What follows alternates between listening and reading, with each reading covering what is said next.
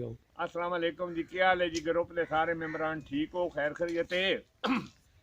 अज मैं आख्या भाई जरा ग्रुप वाले सारी थोड़ी मालूमात दे लवा। सब तो पहले तो मैं शुक्रिया अदा करसा YTO की पूरी टीम जेडे चेयरमैन हैं मलक अशफाक साहब हैं, उन्होंने अमला सरफराज है। मैं कहता जनाब थोड़ी बड़ी मेहरबानी। सब तो पहले मेहरबानी तो YTO वालों की जिन्हें ये सन ट्रैक्टर आन के दिता। अगे असी एक लीग ते टुरिया थे मिलत ते गाजी, मिलत ते न्यू हालैंड, उस तो इलावा तो और ट्रैक्टर ही कोई नहीं। मैं कहना जी ट्रैक्टर आया, दिल खुश हो गया। एक मुकम्मल ट्रैक्टर है, इस कोई कमी नहीं, किसी किस्म की कोई खामी होवे ना बंदा आखे। देखो इनू फेल करने वाले जेड़ा ग्रुप क्या जी, ये जी पहले हाई दे विच ड्राइवर तो होवे जेड़ा गियर ला के उन्हें पता लग पैंदा बई इसकी पहले गियर की स्पीड कितनी।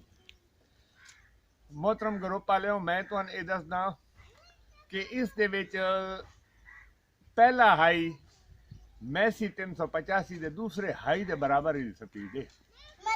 जेड़ा कदी किसी जमाने फोर्ड 3600 3610 ट्रैक्टर आते हैं उन्होंने स्पीड इतनी होंगी है, इदी उतनी स्पीड है। हुण दसो भाई रूसीन कदी किसी पहले हाई च बाया जो इनू बंदे आते इन्हू पहले हाई च वाओ। दसो तुहाडे अगे सवाल है, मैं अगर गलत हाँ तो मैंने दसना।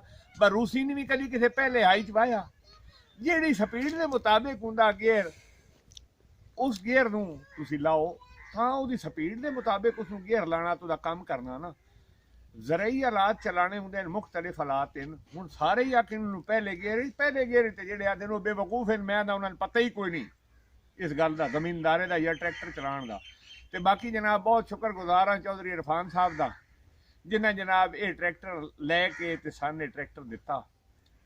तो बहुत अच्छी परफॉर्मेंस है, बड़ी अच्छी कारकर्दगी। मैं आखदा जी चलेंदे पे मज़ा आ रहा, कोई गिला उलामा नहीं इस ट्रैक्टर का। हाँ एक सीट का मसला ही वो मैं हल कर लिया, बाकी उस तो इलावा किसी किस्म का कोई मसला नहीं। तो हंजे जिस गिला करना उस मैं आखदा बेवकूफ़ी करनी या शरीकाबाजी करनी। इस तो इलावा ऐसी होर गल कोई नहीं इस ट्रैक्टर की जो कोई खामी होवे। एक मुकम्मल ट्रैक्टर है और मैं आखदा सन ये ट्रैक्टर लेने चाहिए जमीनदारां नूं। अच्छे ट्रैक्टर हैं, ठीक हैं। मैसी ते फीएट ते गाजी जेडे हैं न्यू हालैंड, इन्होंने छोड़ो तो इन्हें नवी टैक्नोलॉजी की तरफ आओ। इहदा जेड़ा शिफ्टर गेयर है रिवर्स फॉरवर्ड वाला, मैं आखदा उहदे नाल मज़ा जिंदगी च अज तक नहीं वेख्या। मैं 1973 74 तो ड्राइविंग सीट से बैठा ट्रैक्टर उत्ते, माशाअल्लाह बहुत अच्छा मज़ा आया जी। तो मैं आख्या चलो तुहाडे नाल शेयर कर लवां दोस्तां नाल सारे नाल। बहुत मेहरबानी जी, अल्लाह हाफिज़ जी।